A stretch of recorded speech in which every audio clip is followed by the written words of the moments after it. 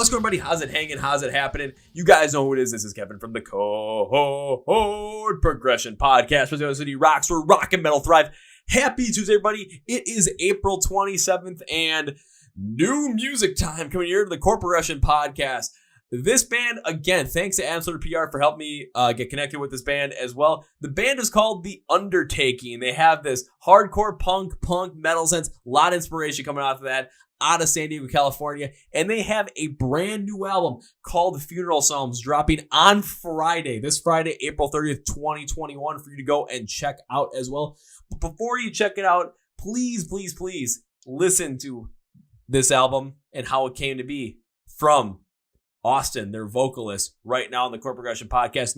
Not only do we talk about the album, we talk about, again, the love of music and how much live shows really mean to us and how much it means to a lot of people. We also talk about the different things that happen with this album, like Joey from the U's being a huge help on this album when it came to the band coming up with this, and how the band was able to, what's the best way to put it, check their egos at the door so that anything was possible for this one. And they truly created something special on this one that you can either recognize how awesome this is, or you can be left out in the cold. And trust me, you don't want to be left out in the cold in this one. So are you guys ready? Let's jump into it. Let's go. Yeah.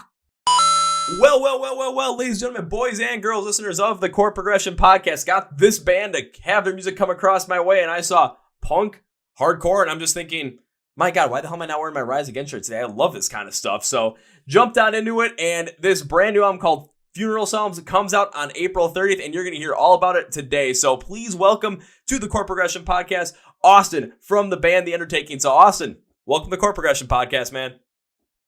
Thanks, buddy. Stoked to be here, Kevin, and thanks for having us on today. Thanks for being on. How's everything going out there in San Diego, California at this time of the year and like year after the pandemic started? Yeah, California's weather's great. We're cruising. It's been a little hotter than usual, so we're kind of missing our like 65 to 75 degree weather. It's a little hotter, but can't really complain because it's not snowy and it doesn't get that terrible here. But I mean, California's been a little bit of a tricky situation with COVID and stuff because we took everything really seriously. But today, we're recording this in the middle of April. Our governor Newsom's starting to kind of loosen things pandemic wise. So I'm hoping that things can start to go back to normal and everybody can start to do our normal San Diego stuff soon. That's good to hear, because I know over here where I'm in Wisconsin, like the one we're recording this recently, by the time this comes out, it'll be a little bit more older, but in Wisconsin, like the vaccine roll was going rather well. So all of a sudden we were supposed to have everybody ages 16 and older be able to get the vaccine starting like May 1st. That jumped up to April 5th. And then on that day, I was like, yep, I want to go back to seeing live shows. I want to make sure that I can get back in those mosh pits. So I was like, I just went right in the morning, I'm like, hit me. And now I got to wait till May. And then of course today, my dad gets the Johnson & Johnson one. He's all done. I'm like, oh, come on, man. What are you doing? I can't believe this. But it just, again, I've seen other states, having a lot more success with the rollout as well, getting those earlier times. So hopefully with more people getting the vaccine and then the impact of coronavirus being less and less, we can get back to doing our normal stuff, like going to baseball games at full capacity and not having like these strict restrictions on how many people can be in the ballpark, go back to tailgating, which is something I like to do, or for all of us, get back to live music. Yeah, well, that's the crazy thing. Same thing happened here in California. Is the rollout sucked real bad at the beginning. But now pretty much I think everybody can get it if they want it. So I got my second dose last week and ready to go. And I think now that the colored tiers that we're in California are starting to go away, we are starting to stare down the barrel of shows coming back. And specifically, our band last night, we practiced on Monday nights. Every Monday night we practiced, and we actually prepared like our first set, kind of saying, okay, if we're going to pick 7-8 songs, like if somebody called us and said, hey, we got a show coming up in 3 weeks, we want to be ready for that. So we're starting to get everything show ready and be ready for the opportunity when it comes up. I don't know when it's going to come up, but we're going to be ready to play a show because it's going to be soon. It will come up at some point in the future, though, hopefully rather quickly, because I'm seeing certain bands, especially bands that aren't going to be playing those like massive arenas and some of these smaller concert venues, some of these more smaller concert halls, ballrooms, they're starting to book stuff. I've seen very little for May and June. I'm seeing more for July. And then, of course, it's like September seems to be right now, like the big open up. We're fully ready to go because there's a good number of festivals like Blue Ridge, Louder Than Life, Incarceration, here Milwaukee Summerfest. Like a lot of them are set for September right now. So that seems like it's the big push. But I'm starting to see stuff for July as well. Maybe a little bit of late June. So make sure you have that prepared because you never know at any time. All of a sudden, maybe this vaccine rollout keeps going well. And by the beginning of May, all of a sudden, these number of cases and the number of hospitalizations just continues to dwindle. And all of a sudden, it's like, okay, now we can go back and just get back to playing live shows. The next thing you know, you might get a call and just be ready to play a show in 2 weeks. And the fact that you're continually preparing for this, especially with the new album coming out, I mean, you're going to be ready to go and just take this, return to live music back by storm. Well, that's our hope. And even like you're talking like the fall, September, October, that's when we're seeing a lot of stuff come up. But even if we have an opportunity to play a couple local shows here in San Diego, if we were able to do something in June to kind of just dust off the rust, or however you want to say it, kind of get back into it. And we can, if we screw up a set, we can do it in the local crowd here at a bar or something. Yeah, and not only that, but like the local crowd too is probably going to be just ecstatic, not only to be able to get out and see live music again, but to also see you guys as well, because taking a little bit of the background into your history as well, it seemed like, especially after that first EP, like you guys really took this just massive chunk in the San Diego scene and just really took hold of it. Yeah, we started up in 2018, recorded our first EP that year. And then when we played our first show, which was March 2019, we kind of just hit the ground running and played as many shows as we could here in San Diego that year, which is crazy because then we were preparing ourselves to have a bigger 2020. COVID hit, so there's no shows available. But then we were able to shift that, sign with Solid State. So we're like, yeah, we're ready to go and stoked to kind of get out here locally, but also if we can get on the road and do some national shows too, it's going to be really fun for us. Well, especially being getting signed as well, that's going to help out potentially with certain connections as well, because you never know exactly who's connected to who, and all of a sudden you're going to end up potentially getting on a string of like a national tour, potentially as an opener to. I mean, maybe all of a sudden I'm going to end up seeing in Milwaukee, all of a sudden Anti-Flag is headlining, all of a sudden you guys are right under there. I'm just going to be thinking, oh shit, I'm going to end up getting beat up at that show in the mosh pit. And all of a sudden, as I'm saying that, I'm probably going to be typing in my credit card information, my computer, buying a ticket at that given moment. So yeah, I'm looking forward to that. That's the hope, man. In music, the music industry, and this, doing your podcast and stuff, it's all about who you know and the different connections you make. And that's kind of how we ended up where we're at, is we were never really afraid to ask the right questions to the right people. And then when you ask the right questions, the doors kind of squeak open for you, and if you can get your foot in the door, then you're all set. And that's kind of how we built this, is one show at a time here in San Diego led to bigger shows. And by the end of 2019, we were playing with Fall of Troy.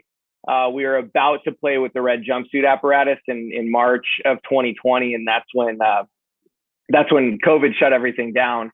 But then kind of just kept building from there, and here we are. So hopefully, yeah, there is a national opportunity where we're coming through Milwaukee and we can talk Brewers baseball and catch some live music too. Oh, hell yeah. I'm always down for that. And even if it means like I'm going to have to stay up for 48 hours straight to make that happen, I'd rather do that than sleep and have a normal day. Yeah, let's go. Same. Let's make it happen. All right, Austin. So before we really jump into the meat and potatoes, especially with the brand new album, Funeral Psalms, I always like to start out the podcast this way. I know we kind of got a little bit more into it. However, I always like to do this just so that everyone gets to know you a little bit better, just gets a little bit more of that, kind of like, you're talking to a friend and you're listening to a friend kind of way. So I always ask 3 specific questions. The first 2, very simple, very easy. You're not going to have a problem with it at all. The third one is going to kind of put you on the spot in a way that I absolutely enjoy. So the first is, what is your name? So that's easy. Second, when it comes to the Undertaking, what do you do in the band? Again, easy enough. The third one, I want to know a little fun fact or a wacky story about yourself that is potentially going to make me fall out of my chair and laugh, because it has happened before, and I always love to hear those wacky stories. Plus, then people get to know you a little bit more and be like, oh, maybe I did something like that too, like threw water balloons out of a moving car at people. That's something that no one has said in the podcast. That's something I did myself back when I was like 17. Yeah, I got it. My name's Austin Bisser. I'm the vocalist in The Undertaking. used to play bass in bands and found out I'm a terrible guitarist, so I started to yell into a microphone. And the fun fact about me is in college, I was a mascot for the San Diego Padres. So I got paid in college to be a mascot. I was never the swinging friar. I was too tall. I'm 6'2", 200 pounds. So I'm too tall to be the friar, but we were, Petco Park is sponsored obviously by Petco. So I was the big red dog. So I got punched by a Dodger fan, and I was, they uppercut me one time and the suit hit my nose. So I'm like bleeding, bloody nose in the suit. And then another time, a drunk Giants fan came up and asked me if I wanted a credit card in the suit. And you're not supposed to talk, so I put my hands up, and she slid her hand up my butt cheek. Oh my God. I don't know what it is with baseball. Some baseball fans, man. I've heard some crazy stories about that. I've seen some crazy stories. I'll put after the podcast, I'll tell you this other one that I had about because we were talking earlier about the Brewers Dodgers NLCS back in 2018. The game I went to, I got a story to tell you about a Dodger fan, especially with you as a Padres fan, that you will absolutely love to see because, not gonna lie, the guy kind of made a big ass of himself, and our whole entire section, even though the Dodgers won, were consistently ripping on this guy. So that sounds pretty in line with Dodger fans in general. So yeah. I know. I just don't want to, like, for some reason, paint Dodger fans in a bad light on the podcast in that realm because, well, the story is can get a little extensive and get drawn out at points. So I'm not going to want to do that, but I totally understand that way, especially not only that, but like with different things with baseball as well, different fans. I mean, I'm here in Milwaukee. My brother and my grandpa are absolutely gigantic Cubs fans. So there's always some sort of rivalry between. Usually go down to Wrigley at least like once every 2 years, and some of the things I see between Cubs fans and Brewers fans here in Milwaukee or at Wrigley Field, sometimes it's just like, what the hell is actually going on? Like, why is this stuff happening? But then there's plenty of other times where it's just, when we get along, it's just fantastic. Of course, yeah. That's funny. But I can't believe you're actually like the mascot, like, you know, the big, like Clifford, the big red dog for Petco Park. Yeah. So for 4 years I did that, and it was a great job. I loved it. I had a ton of fun doing that, jumping around, throwing out swag to people, dancing on the field and stuff. It was a good job. It was a good job in college. Now I got to ask, did you ever get to meet any of the players doing that? We kind of stayed our distance. You got to interact with them every once in a while in the suit. And then if we were doing a event outside of a ball game and stuff, like you can kind of paired up with a player. So I worked this event with Adrian Gonzalez back in the day. Yeah, and every once in a while you'd interact with them, but I never got to know any of the players specifically. I had to ask just because I'm interested in seeing if you had any crazy stories with any baseball players, and two, I've got a couple of friends that have done that with different teams as well, and it's just sometimes I hear their stories, I'm thinking, how the heck are you guys friends with these people? It's just like out of nowhere it makes sense. It's always for like the most random reasons you could think of. Yeah, well, I used to be good friends when he was in town. I was friends with Andy Green. He was the manager of the Padres for a couple of years. Now he's with the Chicago White Sox or Cubs. And when I was out in Milwaukee, because of our connection with Andy, AJ Ellis lives in the Milwaukee area. Used to be a catcher for the Dodgers, and we actually picked him up from his daughter's volleyball game and brought him. I can't even remember the specifics of the story, but I was chatting with AJ Ellis as we were driving through Milwaukee one time. So that was cool. Yeah, Andy Green, one of the coolest dudes you could ever meet. One of the kindest guys, and like, too bad. I feel bad for him because our teams here in San Diego sucked while he was manager. Just terrible. We were terrible. I'll say, don't worry. There were times here in Milwaukee where there's players or coaches where it's like, we absolutely loved them, but the team was just absolutely horrendous at that time. So it's like, you know what? Kind of always leaves a sour taste in your mouth. The fact that these players were fantastic, these managers, we really liked them, but the overall name of the game is winning, and that did not happen. Yeah, exactly. That's the story with Andy for sure. So for any Brewers fans listening out there, just remember the years like 2000 for whatever since Miller Park's been there, 2001 through like 2006. It was not good. Yeah. Oh, that's funny.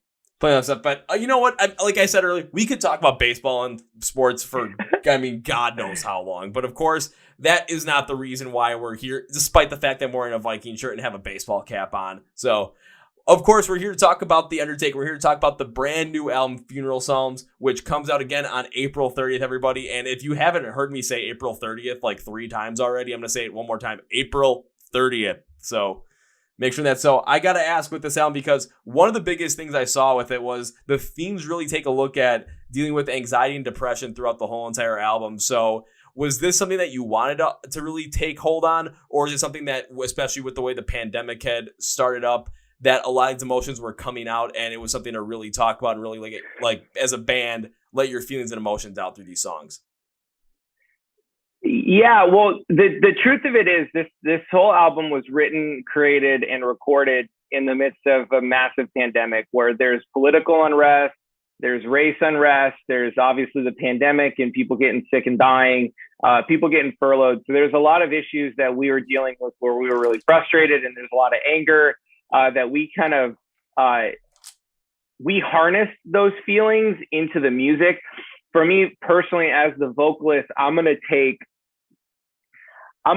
my lyrics, and if there's a certain line or a theme that I want to dive into, I really want each song to have a very clear narrative path, and I need to then emotionally be able to feel that when I'm singing, or else the song, like, you're kind of stripping the song of the soul and the emotion of it. If I don't mean what I'm saying, that's not fun. And so then that's where, like, when I'm creating the lyrics and writing stuff down, I might come up with like a one-liner or something that I think is cool or might fit in with this song. But then I really want to focus in on what the theme, what the narrative of that song is. And then for me personally, there's a lot of stuff with anxiety and depression and just mental health in general, just, you know, what we can do to be better humans. And then like a song like No Friends, that's just straight up like that's a reflection on me being a bad friend. And you use these songs, you use this album, you use playing music as kind of a therapy session as you get some of the stuff off your shoulders. Oh, absolutely. But especially with dealing with those emotions of the pandemic as well. I love what you said about the fact that if you're not going to actually feel these things and you're not going to really put these into your lyrics, put the emotions into there, so that when you're able to, you know, record them or perform them live, you're not feeling that impact on them. As the fans, you know, there's going to be points times where we end up noticing that, and it's like, is this kind of being forced at times? But when we really feel that passion, we really feel that pride or just whatever emotion you're feeling at that moment from that song, you know, it's something that just connects people to the music more and more often. And it's just something because, yeah, maybe especially with, if you're talking about something specifically, we didn't go through the exact same specific thing that you did, but the emotions that are tied in are the same, and that's what we relate to in the most positive light. There's the whole thing of trying to make it very personal to me, but also universal, so that you as the listener can hear it and you kind of understand what I'm trying to say with a metaphor or a concept behind a song. And it's very important to me. I'm very proud of what we were able to do on this album. And I think for me personally, these songs are very emotionally rooted in my experiences in life, my family's experiences, having kids, the wife, and just everything that we go through in our day-to-day life. And yeah, that's part of the fun, man. When I'm out there and I'm yelling into a breakdown or one of the parts that we have, like, I need to feel that viscerally in my soul. And then I'm able to put that emotion into the song. And then you as the listener, or Lord willing, in a show setting, like, yeah, there's this moment where we're together feeling this thing. And I think that that's the beauty of music, man, is that we can create a very special moment when we're doing this stuff. Oh, absolutely. I got two things to really go off on that. The first is something I've been saying consistently on this podcast, but I need to share with you because it fits in perfectly, where you're talking about stuff that you're going through and you're making it personal for yourself, but you also want to make sure the audience relates to it in a certain way, using concepts or different metaphors as well. And I've always looked at, you know, if you're going to be talking about something specific, that's great. But if you talk about with more of a metaphorical sense, you're going to end up letting people listen to the song. And what they're going to do is they're going to end up taking the emotion that you are putting out there in that song, whether it's through the instrumentals, the lyrics, the tone of your voice, the different styles of vocals that you might be going with. And you're going to feel the emotion just off of that. And then as a person in your mind, especially as a fan, your mind's going to end up constructing it so that it feels like the song is specifically talking about something that you went through, though what you and the artist went through could be two completely different things. Again, it's where the emotion really comes intact. That's where it really sticks out in the mind. Not that, but especially with your style of vocals, especially in the more punk hardcore sense, where it's going to have that heavy, harsh, brash sound. It's going to be somewhere, if you're not necessarily feeling that emotion or you're really just invested into that song with your own experiences, you're not going to get this just powerhouse style vocal where you're going to really feel the emotion every step of the way through all these 11 songs. Yeah, no, and that's totally it.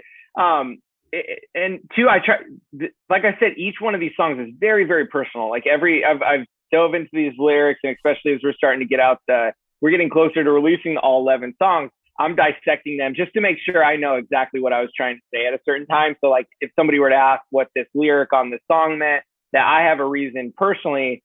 But then as soon as we unleash these songs, we release them into the wild, they have the ability to take whatever shape the listener is going to take, and they're going to be very flexible with that.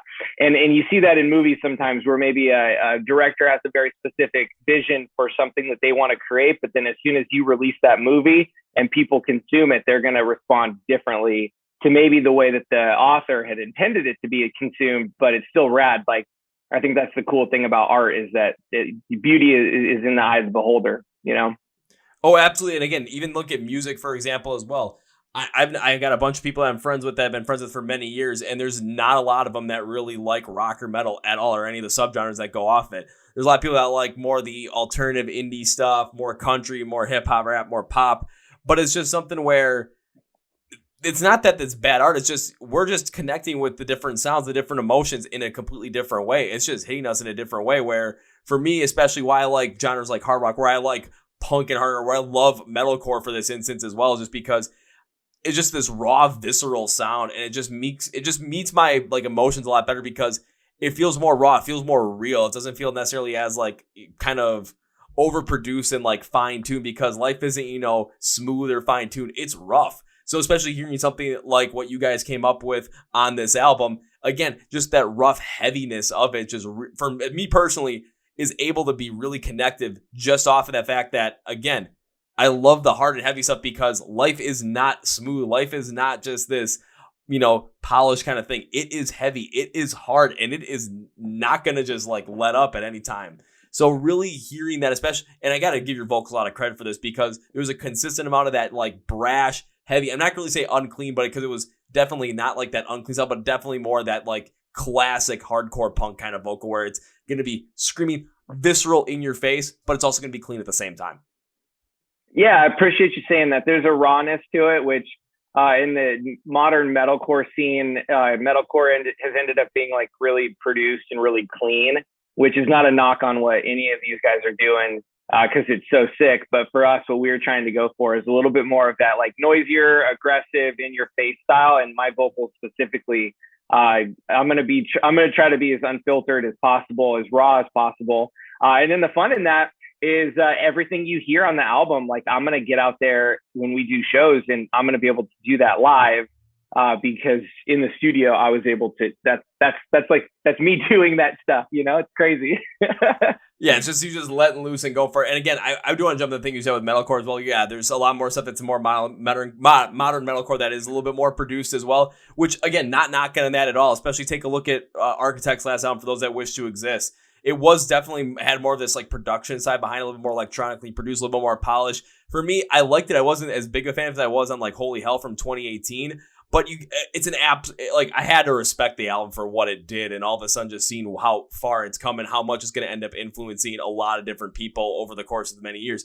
And of course, for me, I even got to go with like some of the production stuff as well. There's times where I absolutely love it. It's just not something that I'm always going to end up enjoying as much as I do as like that straight, raw, visceral, in your face, kind of just honestly, just like bare bones, just really going to hit you in the chest and just make you understand it, in its own way through that just visceral rawness.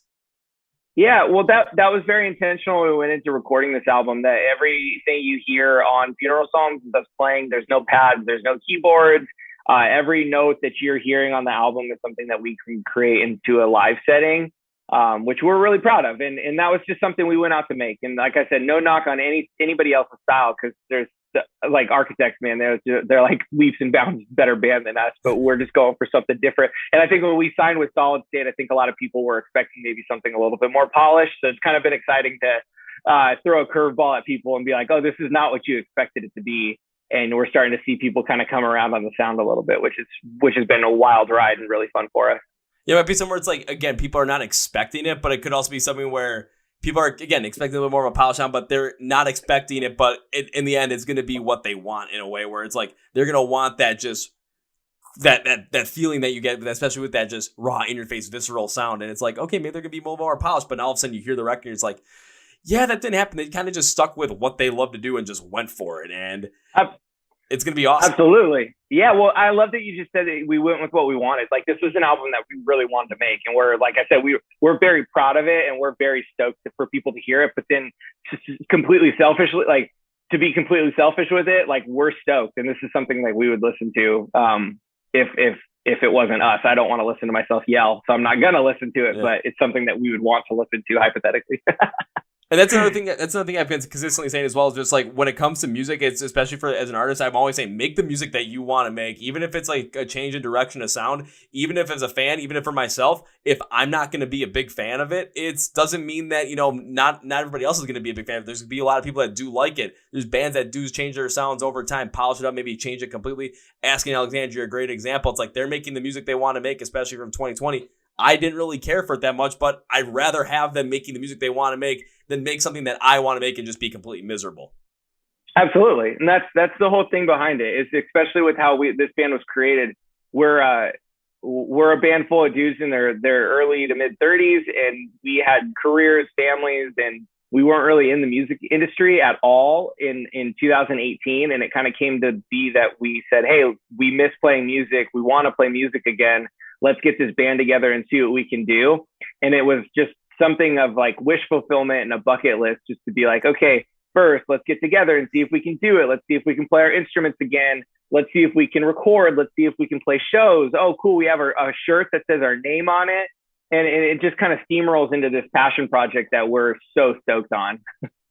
But that's when you get the most success out of it too, is because it's happening naturally, but it's something that everybody in the band is passionate about. It's something that everybody's connecting with, and especially between the five of you guys. So there's five of you, right? I got to make sure I get that right. Yeah, yep, five. Yep, there's five. It's just that connection that you all have between the five of you, where it's, you all want to do this, you all want to make this happen, and if you're all in on it, I keep saying all a lot. Wow, that I just noticed that. But if you are all in on it, then you're just going to end up getting something out of it that people are going to end up relating to because of how much passion you're putting into it, because you're not forcing anything on this. You're letting this happen naturally. And when you let that happen naturally, it's just, these certain things happen. These certain kind of sounds come out, and what you want to do ends up coming out in these songs, and all of a sudden people are just going to listen to them, connect with them. And that's why, especially looking at kind of the history, when that first EP came out in 2019 and people really started jumping on the bandwagon for it, it makes sense. And especially after hearing Funeral Psalms, again, coming out on April 30th, everybody,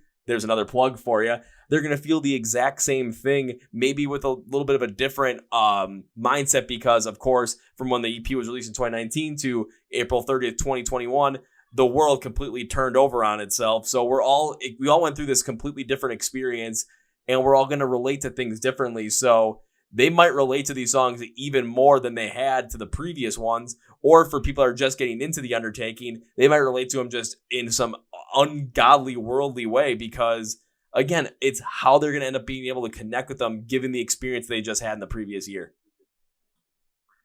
Yeah, I mean, there's a lot to unpack in that. And that, for us, it's, like I said, there's no expectations on what we can do with our sound or our band, because this is all kind of playing with house money to a certain extent. We never expected to be here.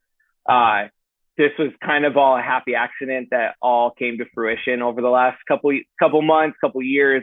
And now, especially that we're about to release a full-length album with Solid State, that's a dream come true. And when we're operating in this zone where there are no expectations on what we should be doing or what we could be doing, I feel like there's so much power behind just what we can do. We have no expectations on boxes that we're supposed to check. It's almost like a little bit unhinged. There's something unhinged about this, because we can kind of do whatever we want. And we're so stoked, obviously, one, to release this album, which, like I've said before, we're very proud of. But then two, like when we start writing the second album and getting out there to play shows and stuff, that there's going to be so much unfiltered creativity that we're going to be able to put into this thing. And it's cool, man. It's so cool to be here. And yeah, I mean, like going back to the pandemic and what we did this past year, I think a lot of people, as we start to get back to normal, get out to shows, a lot of people are going to have this, they need to blow off some steam, and there's a release that needs to happen, because we're all frustrated. We're all kind of cooped up a little bit. And I think the music industry is in for something really cool in the next couple months as people start to get out there again. I think the music industry is gonna be in for an absolute explosion due to the fact that maybe not like right at first when shows start getting kicked back up, just because there's gonna be people that are gonna be buying tickets to go see these shows because they have this passionate connection to them where they go to those shows and it's like no matter what could be going wrong in the world, no matter what anxiety they have, depression they have, whatever is keeping them down, whatever is stressing them out, they go to a show, and for that duration of the show, nothing else matters except the pure happiness and joy that they're going to feel. It's people that connect with the shows that much, me being one of them, especially first chance you get, we're going to be out there. But there's also going to be other people that really like to go to shows, but they might be more hesitant based on what we just gone through in the past year with the pandemic. So they might not necessarily jump on the bandwagon for the first month or two, but then afterwards, especially going into the like later parts of 2021, you'd be seeing these massive tours, these massive shows where all of a sudden, stages over here, like I'll use Milwaukee at the rave, all 3 stages in the rave could be booked every single night, and they could be drawing crowds of in the ballroom like 2,000-3,000, and then in the basement you could be getting people staying outside trying to get into a venue or a capacity that might be 750 if that, but hell, I've seen us 1,000 in there. I think that there's there's going to be a learning curve. With the first couple shows, I think they might be a little bit clunky where venues are starting to kind of figure out what capacity looks like. Are people comfortable? Does it feel safe to people as they go out and experience these shows? But then I think after the first couple weeks, first couple months, like you're saying, I truly think and I hope it explodes. Because, for the bands that make this a full-time living, like make their bands like a job that they need to provide for their families and stuff, I want nothing more for people to go back to normal where they are able to provide. For us, fortunately, like we have jobs outside of our band, and it's not like a necessary thing, but just for the industry as a whole, it's going to be so important for people to go out to shows and support the bands that they listen to. And that's even as easy as just purchasing merch and, buying vinyl records and all that kind of stuff. Like at some point, people are going to have to, I'm not scolding anybody, but there's also a little bit of a level of like, you got to put your money where your mouth is. Like people have been clamoring for shows. And okay, once shows are back, we need people to show up to those. Oh, absolutely. And I do understand that too. It's, again, I've seen so many people clamoring, like, when can we get live shows back? When can we get live shows back? And then all of a sudden we're starting to see some stuff peak up a little bit about potential live shows coming back. I have even seen some of the pushback on that as well. It's like, oh no, it's too early. Oh, it might be this, might that. I'm like, you know what? These bands, again, they've been sitting on the shelf for over a year at this point. For some of these bands, this is what they do. This is how they provide for their families. This is how they make their money. Yeah. And if after a year, all of a sudden, vaccine rollout's happening and we end up having, the okay, and we feel, and there's a certain amount of safety that is involved, whether it's, different protocols that the venues are going to take, or the fact that people are going to be vaccinated up to the point where the virus transmission is very minimal. So it's like, right. Go to a show and it's just like any other illness you could potentially get from going to a show pre-pandemic. Yeah, it's probably safer. It's probably safer than it used to be. It's probably safer than it was in 2019 when all of a sudden it was like, no COVID-19, but people's hygiene and people's cleanliness and people's mindset around that is going to be greater. People are going to be washing their hands more. People are going to be getting hand sanitizer more. So hell, being in the pit could be healthier than it was before the pandemic. We've all been to those dive bars, man, where you step into the bathroom and you contracted something just by going pee. So. It's like if you stepped in that bathroom, if you had to clean that bathroom, then this can't affect you. Like your immune system has been built up from going into one of those. No, we've all lost that immune system over the last year.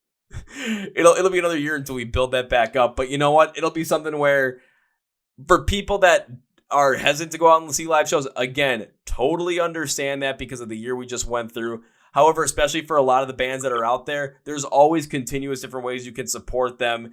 And it could be as simple as just talking about them on social media or sharing them with a couple of friends, because it's very minimal that this would happen, but all of a sudden you share this band's music with a friend, all of a sudden, next thing you know, just from you sharing it with a certain friend, the chain goes on. All of a sudden, now this band is being heard by many different people that are high up in the music industry. And now this certain band that you liked and you were talking about, it within, maybe a span of 6-7 months is all of a sudden all over the place and they just completely blew up. it's very minimal that would happen. However, if it's something that there are so many other people doing it, it's like win the lottery. If all of a sudden, you have everyone pooling their money together and buying a gigantic ticket, the odds of it working and winning are going to be a lot greater. So there's always something you can do. Doing nothing is the only thing that doesn't help. Yeah, I mean, that's a good way of saying it. Is word of mouth is one of the best things that we can harness for supporting the scene, and just especially when you enjoy something, share it with people. That's like such a rad way to share art and share music. I don't know. I think we lose that a little bit with Spotify and Pandora, YouTube. Like, I feel like back in the day, you get these samplers or you pick up a CD and like you're just like running around with all your friends and saying like, oh, I just found this band. And now it's almost easier because you can just like send over a link. But there's so many bands out there too that you got to make sure you stand out with all the noise and stuff. Oh, absolutely. Because even like for the bands I have in the podcast, the bands that I like that I've discovered in the scene that I haven't known beforehand, I'm on my socials. I'm always talking about them. I'm always talking about different bands that people don't necessarily really know. Because hey, these bands are good. If people are talking about we want rock music to be prominent again. So what are we going to do? Well, let's support the bands that are up and coming and are trying to make a name for themselves, because those are going to be the bands that are going to end up being able to take that mantle and make rock and metal be that most prominent genre in America or in the world today. It's something that could potentially happen, but we got to support the ones that are up and coming, because once we get those emerging bands up to that level, man, then all of a sudden a lot more people know about them.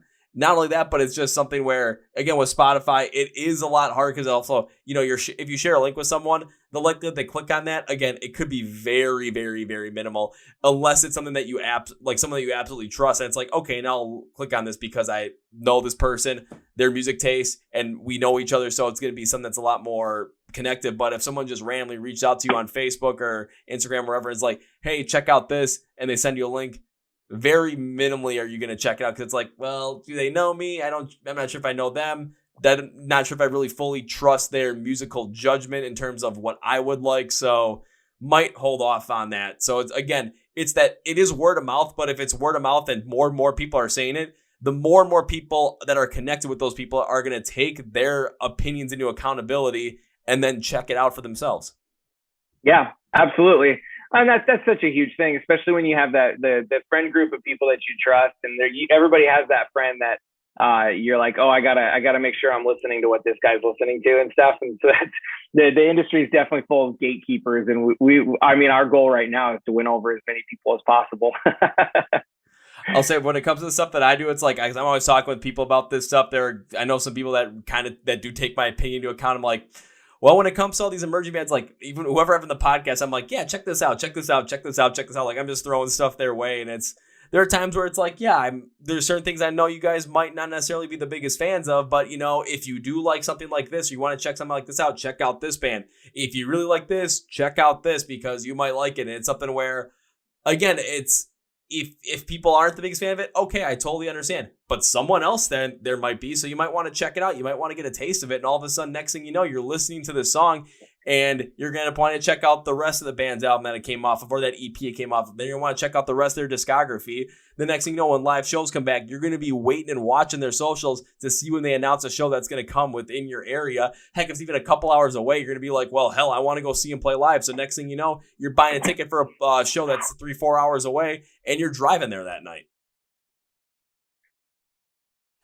That's like overwhelming to us to think about, but that's like the dream for us, is that we're playing shows again. We're starting to meet some of these people and that are coming and traveling and stuff to see us or whatever bands they're going to. That's like the cool thing about music, man, is that, like I've said before, there's something communal about music, and there's something that's like so soul refreshing as being together with a bunch of people listening and jamming out to some music. When it comes to music, it's for all of us, because again, like I said, like live shows, whenever we're at a live show, it's no matter what bands are there, everyone is there to see at least one band that is there because they have a positive connection to that band in some sort of way. But the fact of the matter is everyone that is in that crowd is there because they have a positive connection to the music that is going to be played that night. So it is like a family of just positivity, because we're all there to just absolutely enjoy. hell, the people that get in the mosh pit like myself, we just go absolutely nuts. And it seems like we're trying to kill each other, but it is honestly the biggest form of like stress relief you could possibly imagine. And by the time the song is over, by the time the set is over, people are giving each other high fives, hugs, and just like going and absolutely having a great time. And it's like, yeah, well, you guys just got done trying to kill each other for 45 minutes. Yeah, but we went through that shit together, man. Well, it's a brotherhood, and not in a sexist way, but like it's the thing that we're doing together. And yeah, there's something bonding about seeing a band and being part of that art is something that's really cool and really fun. So yeah, we've missed that so much. I can't wait to do it. And I think for us too, you're talking about different genres and maybe not resonate certain songs or genres not resonating with everybody. That's something we try to do on this album, where there's like a lot of different references and a lot of different things that kind of pop up here and there. And so hopefully there's certain songs maybe that aren't for somebody, but if they give the full album a listen, there's at least one or two other songs that might be something that maybe resonates with them or something they like to listen to a little bit more. And obviously saying that we tried to make a cohesive album, but kind of pepper in a lot of different references all over the place. Oh, absolutely. I can totally understand where you're going with that as well, because people might be listening to what song was it? O Negative and No Friends, but all of a sudden it's like that might not necessarily be for them, but then all of a sudden they listen to a whole entire album. They listen to Demon Season, and that might be all of a sudden one of their favorite songs out of nowhere.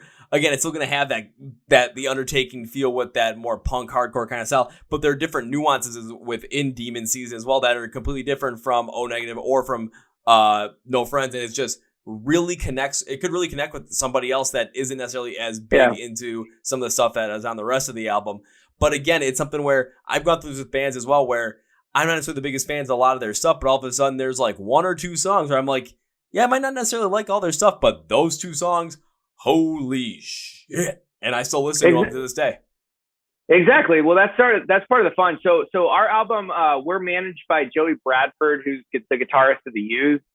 And so we recorded at his studio here in San Diego. And so that's like where Demon Season comes in, where we kind of restructured that song in the studio, and he helped not necessarily influence in like a bad way, but he helped influence the creative process of those vocals. So you have a little bit more of like that pop punk kind of emo feel in some of the verses. Even the way the chorus is structured, there's like kind of a bounce to it, which it's fun to kind of allow, like in small little nuances, allow different genres to kind of influence our music. And it's fun because then ends up the product is completely different than something that we expected it to be. But that's what happens when all of a sudden you get in the studio and someone gets an idea for something, you just explore the idea, because you never know. It could work out, it couldn't work out, but you're not going to know until you try. Exactly. No, I love it. That's the man, like there's, again, I keep saying unhinged and it's in a good way, but like there's something like unhinged in the creative process of being in the studio and kind of working on something together. And we were able to be there for a full month in August of 2020, where we recorded all 11 songs in a matter of like 30 days. But there was just this insane creative kind of moment that we all had together in that studio. So it was pretty cool. And that's going to be a moment that you're never going to forget. And that moment could have easily been the moment that really made this album the whole cohesive unit that it is, because without that, you could have had something that, could have been a whole cohesive unit, but it just wouldn't necessarily have this full feel, especially, again, using DMCs while kind of heavy, especially the chorus having a little bit of that pop punk bounce to it at the same point as well. I don't think really any of the other songs on this album really had something like that. But then again, like I had said earlier, people might listen to some of the other songs, and again, it might be like, I like them, but they're just not really for me. Then they listen to Demon Season, and then all of a sudden that is the one that they connect with the most. And then all of a sudden, like I said, they're sharing Demon Season, they're sharing the audio, they're sharing like a YouTube video with just like the album artwork over it. They're sharing it out to their friends, and then all of a sudden their friends are going to get a listen potentially, and then they're going to tell some other people. It can just be that whole entire chain of events, and next thing you know, you're going to be potentially going on a national tour, maybe opening up for a couple of different bands, and next thing you know, people are there packed for the opener to see you guys, and then as time goes on, all of a sudden you start moving up the list, and next thing you know, you're on national headlining tour. Never know how long it might take, but could be short, could be long, but it could easily happen. That's the hope, man. That's the hope. It's the hope, and I'm like, okay, now we're just pumping this one up. Also, I know. Let's go. We're all for it. And also because after listening to the whole entire album as well, again, for everyone that completely forgot, Funeral Psalms comes out on April 30th. I'm not letting you guys forget that, even though I've said that like 5 times already. This is one of those albums when I was listening to it, the first thing I could think of was, man, I want to hear this thing live, because I know from the moment you guys start playing, from that exact moment, I'm just going to start seeing this space open up in the crowd, and I'm just going to be immediately attracted to it, because I'm like, massive pit, here we go! Yeah, dude, that's something that's kind of a bummer for us at the moment, because our live show is a huge part of what makes us the Undertaking. And we honestly try not to stay on stage. So if there is a pit, we're in there too. And jumping around, climbing on people. And I think, like part of the whole thing with this album is trying to create something that we can replicate live. So there's nothing that's like too complicated that we're not going to be able to actually play it. We kind of test our songs out in like a little, I say a laboratory. It's not obviously a laboratory, but we like kind of test it out. Like, can we move around while we're playing this? And then like now, as I was saying earlier, we're starting to test out our set. So then it's like, okay, if this song goes into this song, what does that do to the emotion of the crowd? And what does that do for us as the musicians? How do we feel about this transition to this transition? So for us, it's something that we take a lot of pride in, and we take very seriously in how we construct our set, so that it's something that's energetic and exciting, and it's something that people can feel. And for this whole album, man, we can't wait to play some of these songs live. And from song 1 to song 11, any song in between, just busting it out live and have people climbing on each other and jumping around and stuff. That's just going to be such a fulfilling thing when it happens.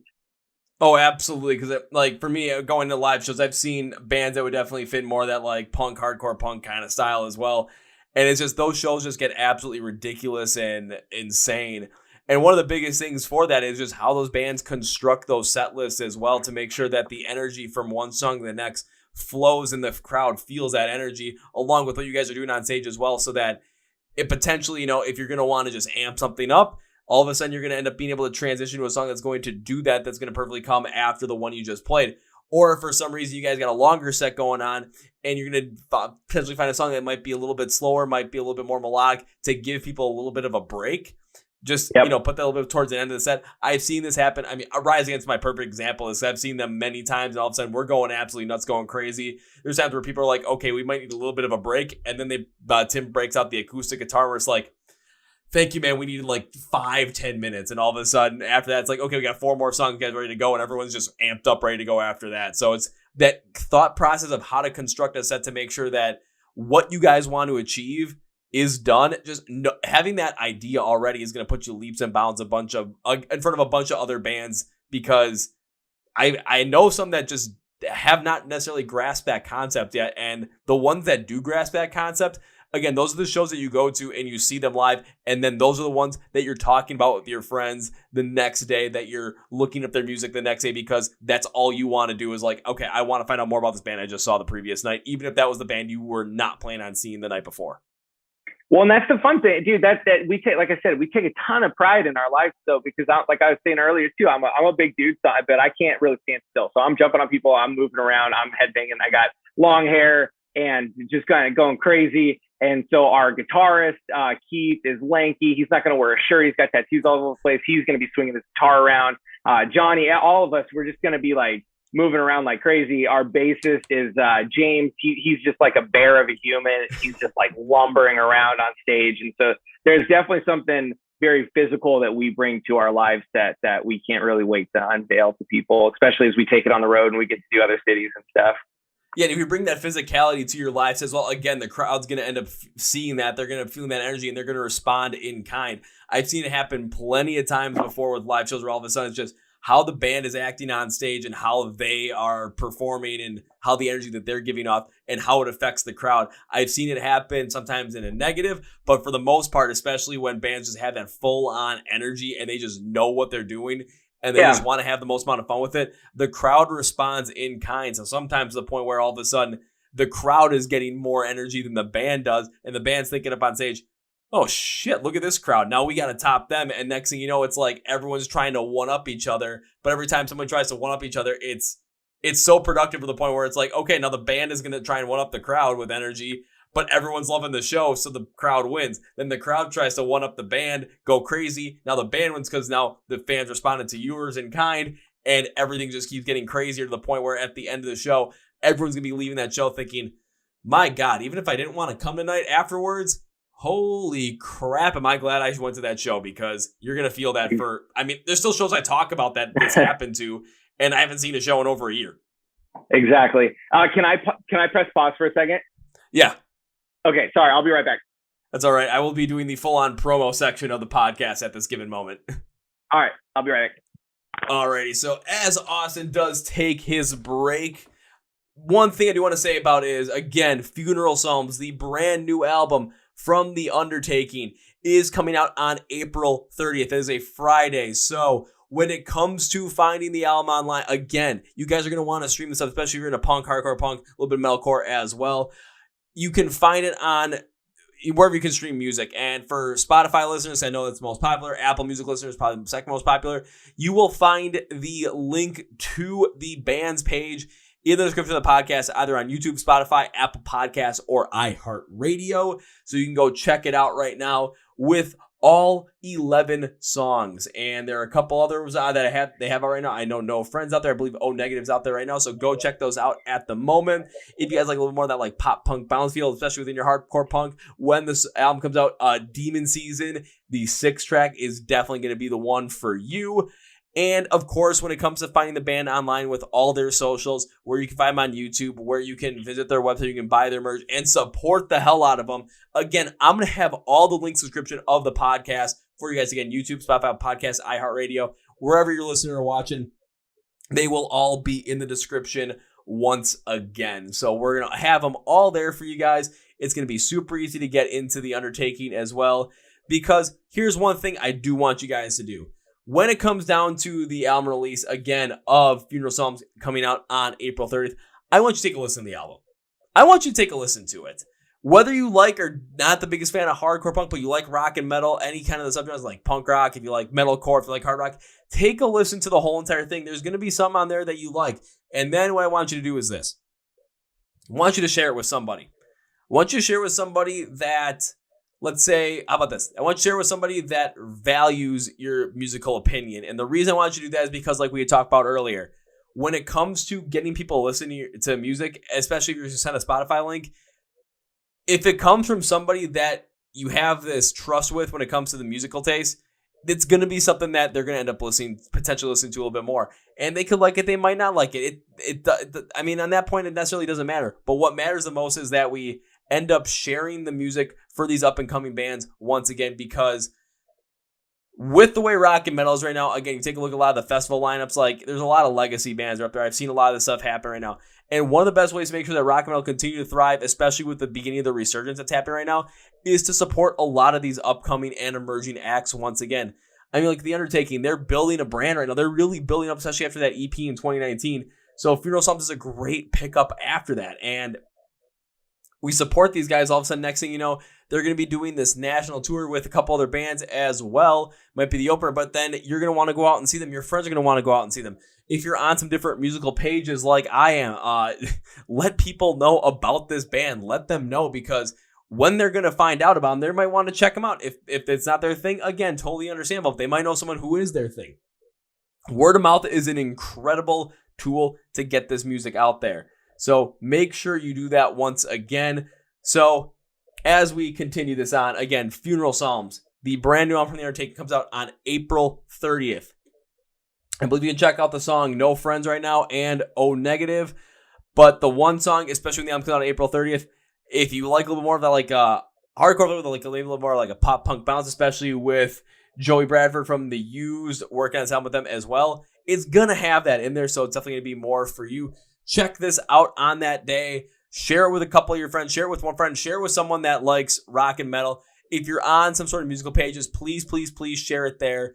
And feel free to tag the band in almost everything that you can tag them in. Again, I'm going to have their socials listed with links in the description of this podcast, YouTube, Spotify Podcast, iHeart Radio, so you can take a listen to it. And again, man, I got to take a drink after this, because my God, am I really going ham on this nutso promo. I mean, I don't know how long I just went on that promo for, but yeah, if you guys, again, if you haven't heard, Funeral Psalms from The Undertaking comes out on April 30th. And again, with MSOCD Rocks as well on the Chord Progression Podcast, you can find all our socials in the description as well under the follow us on social media. We've got Facebook, Twitter. We have our Instagram account as well. Instagram is usually the most popular. We have our YouTube page as well where you can watch the podcast or watch the other videos that we come out with at the same time, usually every single Wednesday. We also have our Spotify or any kind of links to our podcast. Again, the YouTube link we got. Spotify, a podcast, iHeart. I used to always say Google Play though, but now because Google Play kind of went away and they went to like streaming on YouTube, I'm like, well, I put the YouTube videos up on anyway, so why don't I just say that? I mean, YouTube's the way to go. But again, please make sure you check out this album, and please make sure that you are continuing to support emerging acts and upcoming acts and your local and more regional acts as well, because of course we know a lot of the heavy hitters in the scene, whether it's hard rock, punk rock, metalcore, heavy metal, alt rock, I mean post-hardcore, pop punk. We know a lot of the heavy hitters, but there are so many great bands that are coming up in the scene today that you are going to want to check out. So again, that's what we're doing here on the Chord Progression Podcast. We're talking to all these acts to really get you to know them, understand them, and listen to them. So please make sure you do that. And now Austin is back, and I can potentially take a little bit of a breather on that because I just went nuts on that whole entire promo. I love it. Thank you so much for being flexible. My wife was leaving to go get some margaritas with her friends, so I got to set up my kids watching Pokemon and snacks and stuff. So you got them set up with snacks and watching Pokemon. Okay, that is a win right there. Yeah, thank you for being flexible. Oh, you're very welcome. And I'm pretty sure if people didn't understand at that point, I mean, I just went off consistently saying, what the day the album's coming out, where you can find it, and where I'm going to help them find it, and to make sure that they share it with at least one person that I would say respects their musical opinion, because then they're more likely to check it out and potentially share it with somebody else. Just keep that flow going. Well, we appreciate that because, I mean, like I said before, sharing our stuff is a huge thing for us, and we don't take that for granted. We're so appreciative of every single person out there listening to our stuff. Even if you don't like it, like you're still giving us a stream. You're still clicking on our music on YouTube and stuff. And we've seen it there, it's not going to be for everybody, but it's still really cool. And hopefully in our day and age in our culture, people are still just looking for new music, and having open ears and open eyes for new stuff to come across. Because I know for me, sometimes it's hard to listen to new music because I know what I like. And I like what I used to listen to back in the day. And sometimes you're like, I don't want this new band because I'll just listen to the band that I used to like that's like them. So anyways, all that to say, we appreciate people listening and supporting and stuff. It's part of the fun, especially with us kind of being a pretty green band on the scene and recently signing to Solid State. It's been so fun to connect with people and get to know these new people out there who are listening to our music. And it's been just it's been a wild ride just to connect with people and realize that we're starting to make some new friends all over the country. Well, one thing I want to get back into funeral psalms as well. One thing I have to ask is, especially with it being produced by Joy Bradford from The Used as well. We talked about how the kind of production that you guys worked with on Demon Seed as well, but how is it working with him on an album like this? It was so sick. He's got a place, the studio is called the Vibatorium, and so he's kind of all about good vibes, just making sure to feel that moment. We are a very type A band. And so when we went into the studio, we had demos for like 14 songs ready to go. Our drummer is an EDM producer. So he sits at his computer making dance bops all day. So he's just like pounding the bass. And so we go over to his house and we record some scratch guitars. We kind of make stuff happen. And so then we were able to send all those songs to Joey before the studio so that he's able to listen to them. And then what we did in the studio was very, very special because we didn't sit down and do all the drums at one point, all the guitars at one point, all the bass at one point, all the vocals.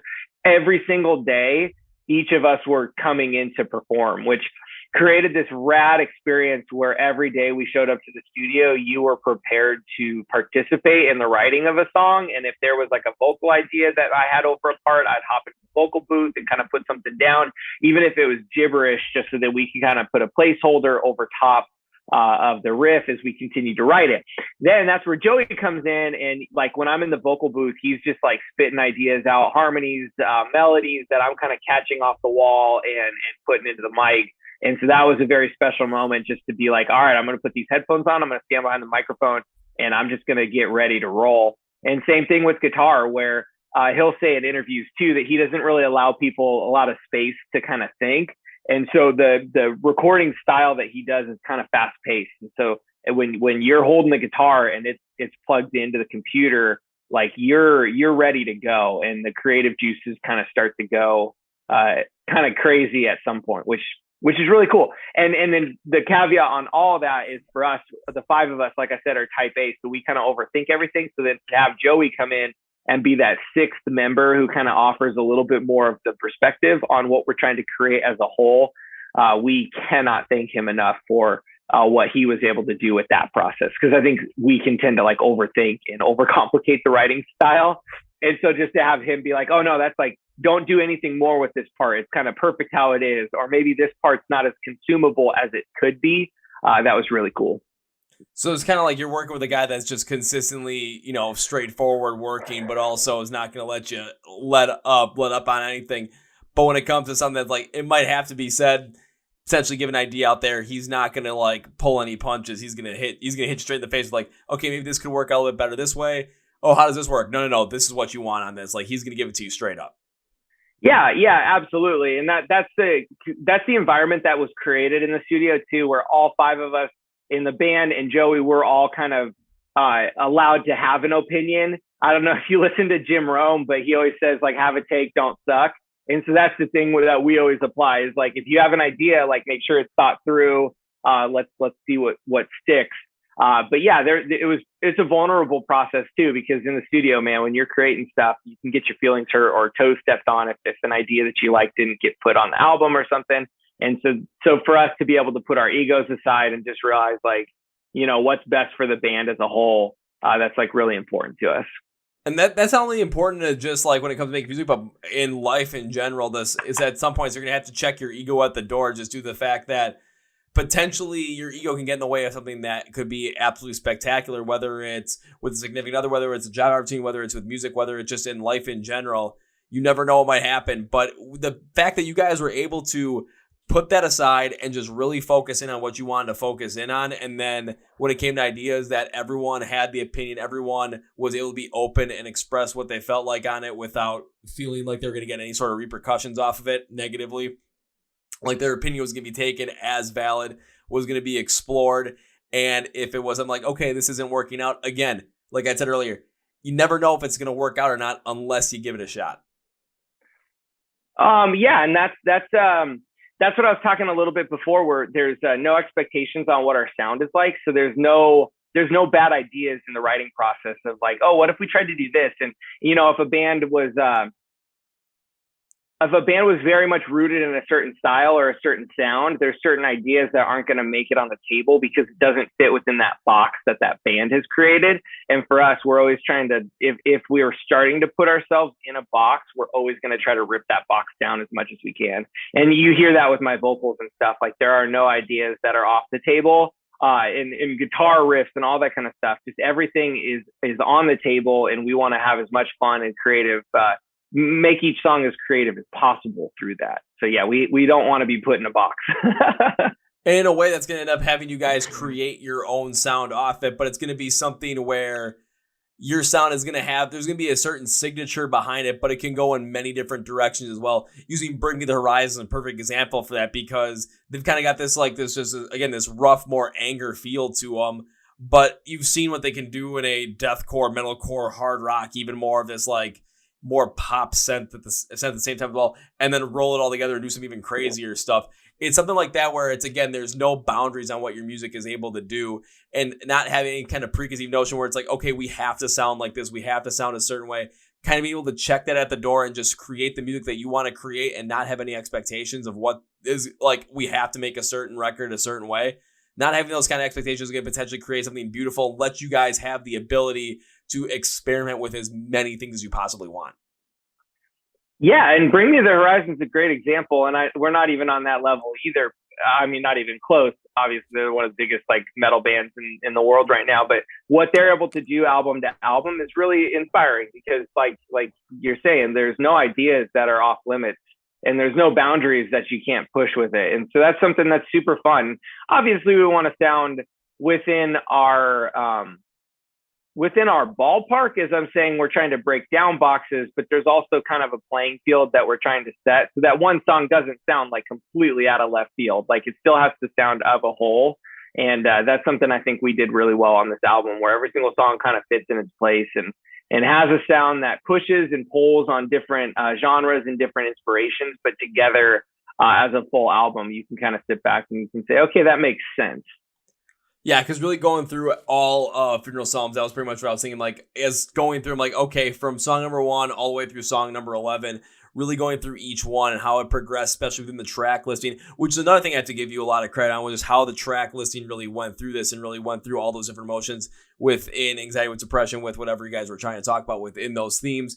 How it went from the start, the problem with being included in the apocalypse. First thing I'm thinking of is, okay, we're going through a pandemic right now, and we're all going through it, so we're kind of being included in this, like the title that just sets everything out perfectly. Sure.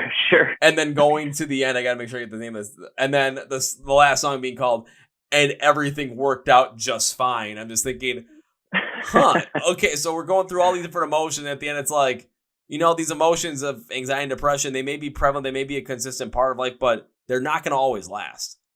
No, and yeah, that's I don't even know if I intentionally thought through that, but yeah, it's like the starting of us being in the pandemic, but with everything everything worked out just fine. Being the last song was very intentional with that title. It's like, yeah, like you're saying, there's all these emotions, there's these different things that we're working through, and at the end of the day, you still have to put one foot in front of the other and kind of make things work. And yeah, that's. I like that song title too. I think another great way to kind of put that song title in perspective is with a classic Jurassic Park Jeff Goldblum quote, where it's "Life finds a way." Finds a way, exactly. Yeah, let's go Jurassic Park. There. Oh my God. Okay, no, I'm definitely glad I pulled the Jeff Goldblum quote on that one. Yeah. Yeah, I have a Jurassic Park tattoo on my arm. It's one of my favorite movies because it's like the perfect film. So. The original? I hope you're. Oh yeah, I'm a pretty big fan of all of them. I can find something to enjoy in each of them, but the original Spielberg one was just like such a perfect movie. It's no perfect from start to finish.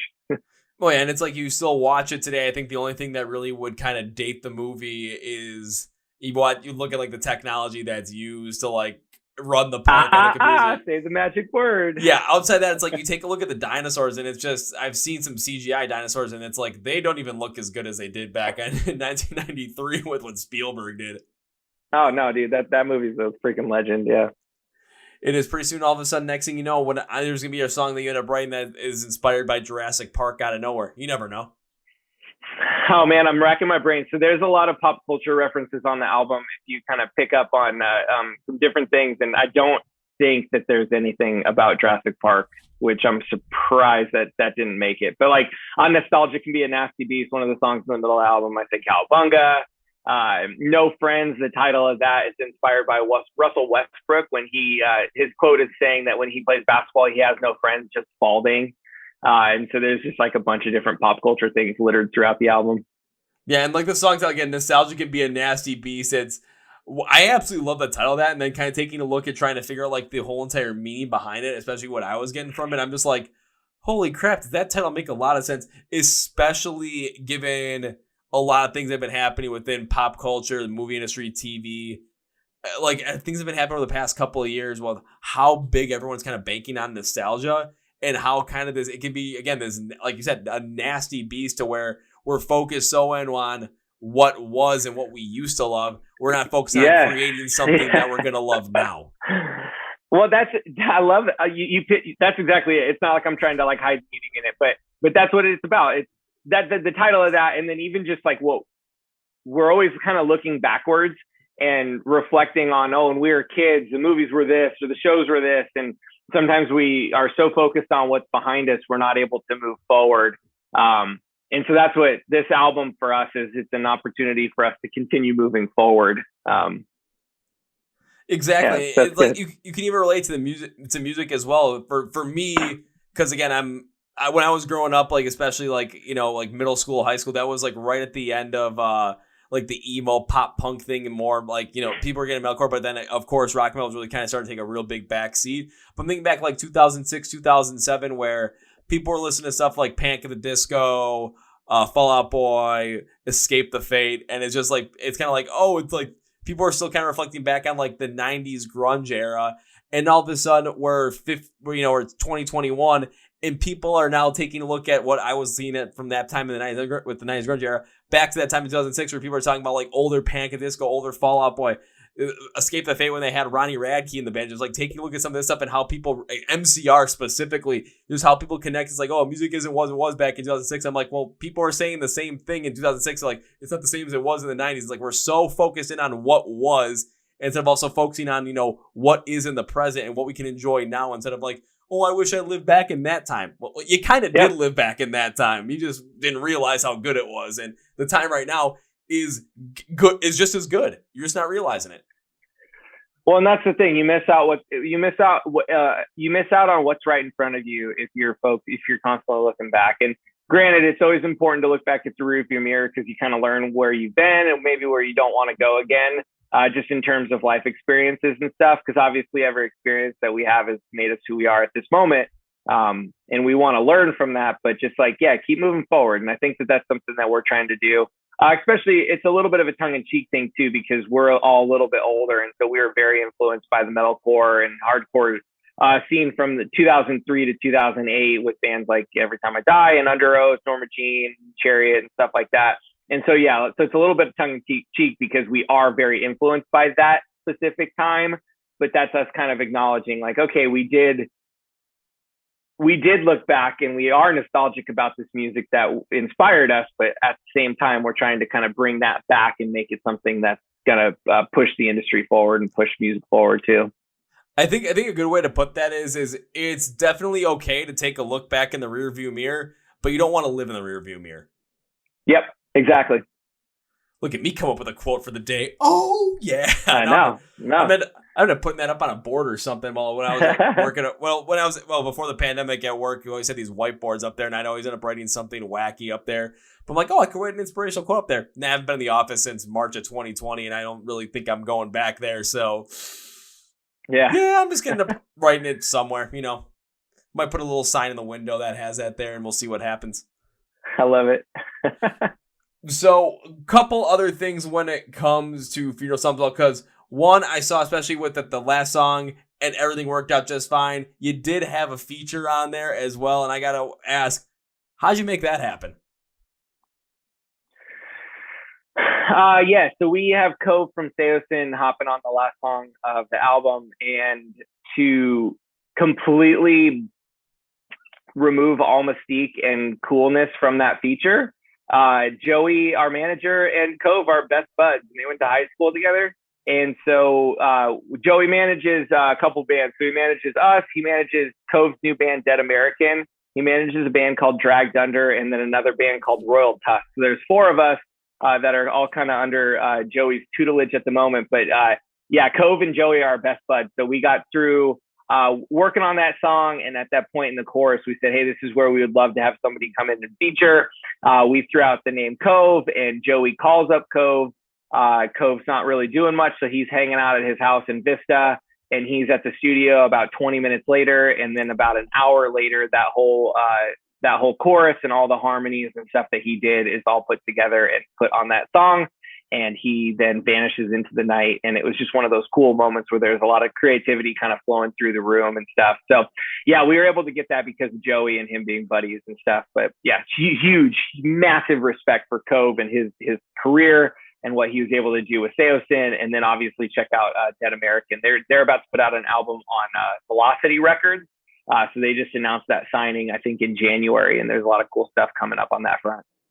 Awesome. And I mean, that's kind of a cool thing to have happen where all of a sudden it's like one of those stories, like it happened one night where all of a sudden it's working on a song, and next thing exactly what it is.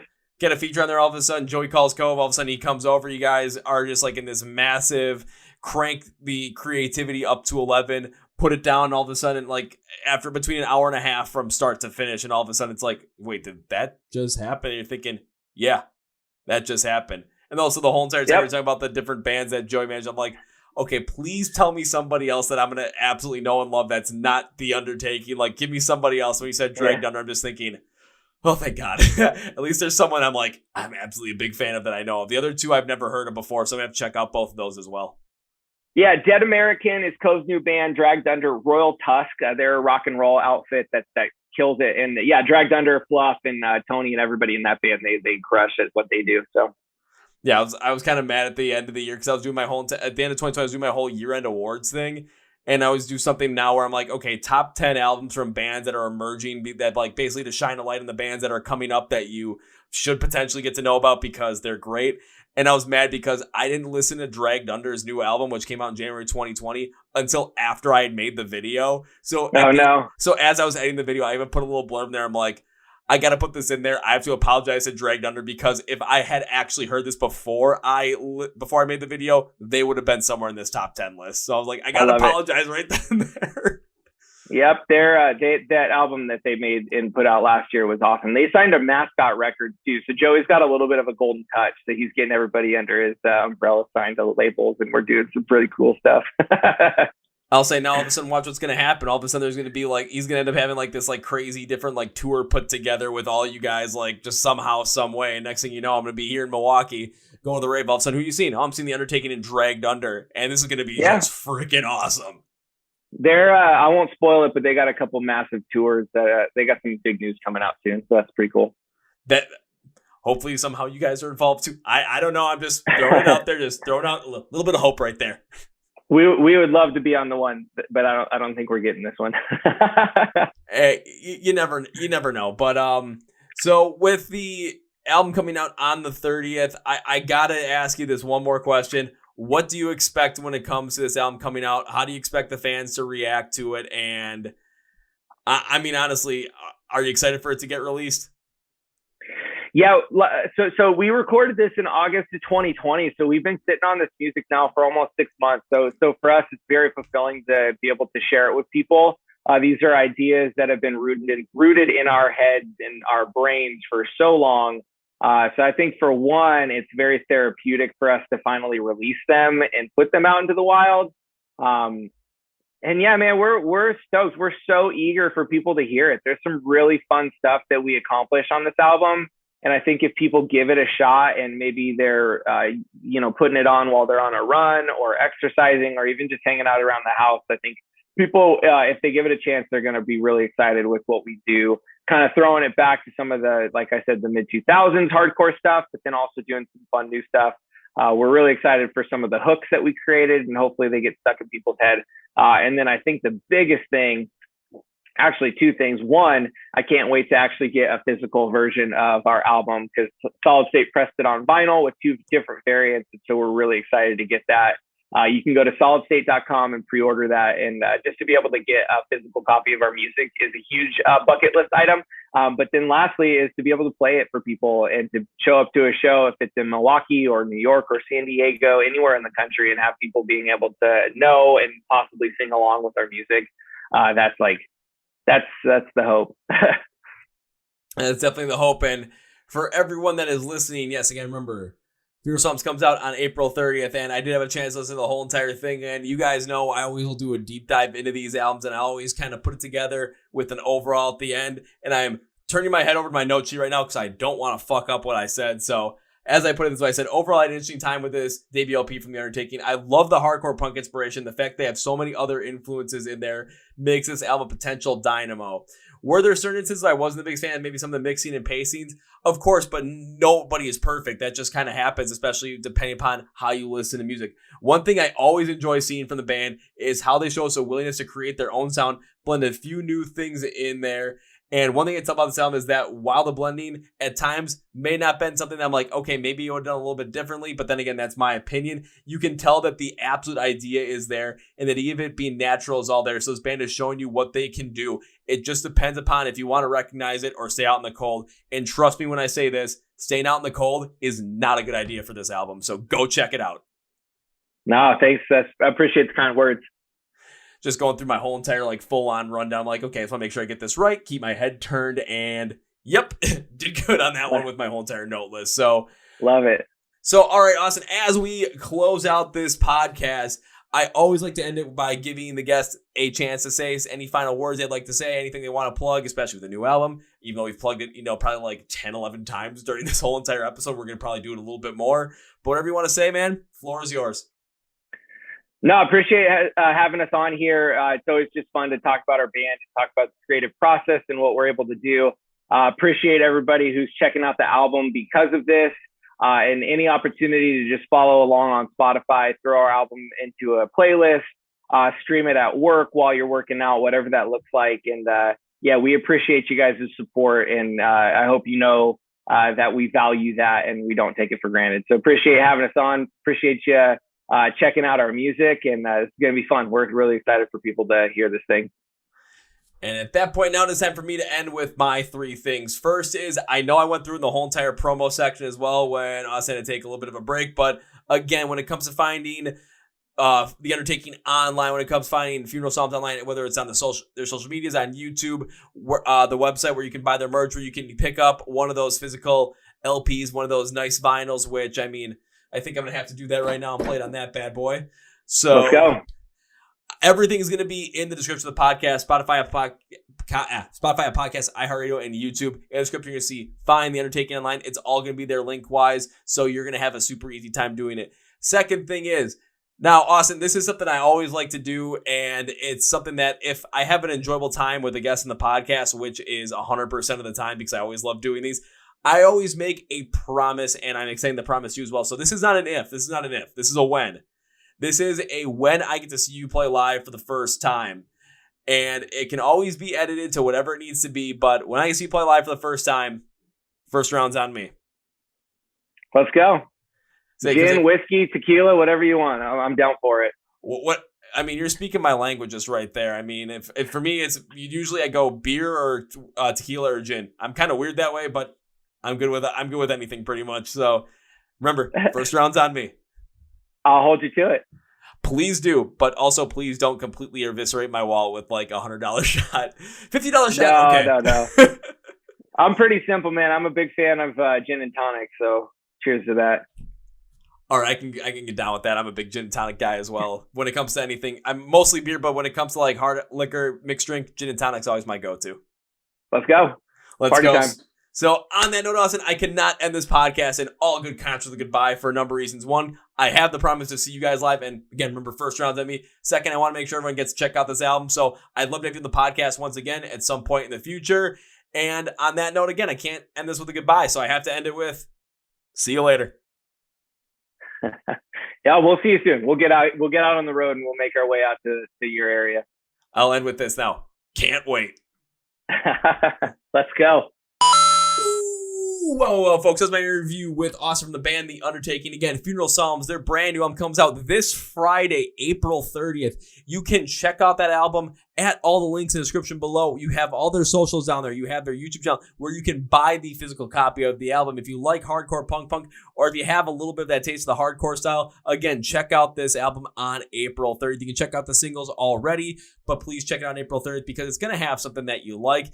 Even if you're not the biggest fan of hardcore punk rock, whatever it might be, please give it a listen. You might find something that you really like. And if you do like it, please share it with somebody. And this is going to be a big thing on the podcast from here on out from this episode, which is when you listen to this episode, I'm thinking about doing something that, like, I know, what was his face? The MFCEO project. God, I can't remember the guy's name. Andy Frisella, where he's always like, the toll is, the price to pay for the podcast is by telling a friend about the podcast. No, the price to pay is listen to the album and then tell a friend about the artist that you heard about on the podcast. Let's help grow these artists. Let's help get these artists that are emerging scene more recognition so that by the time that we get back to live shows in a couple months, hopefully, and by the time everything is back to the foray, that the rock and roll revival continues to work and that rock and metal becomes the biggest genre in the world, especially here in the U.S., once again. So, on that note, that's going to be for me today, guys. Thank you for watching and listening to the Chord Progression Podcast, which is rocks where rock and metal thrive. My name is Kevin, and you guys know how I end every single one. I'll be the big, healthy, and hearty. See ya! Yeah!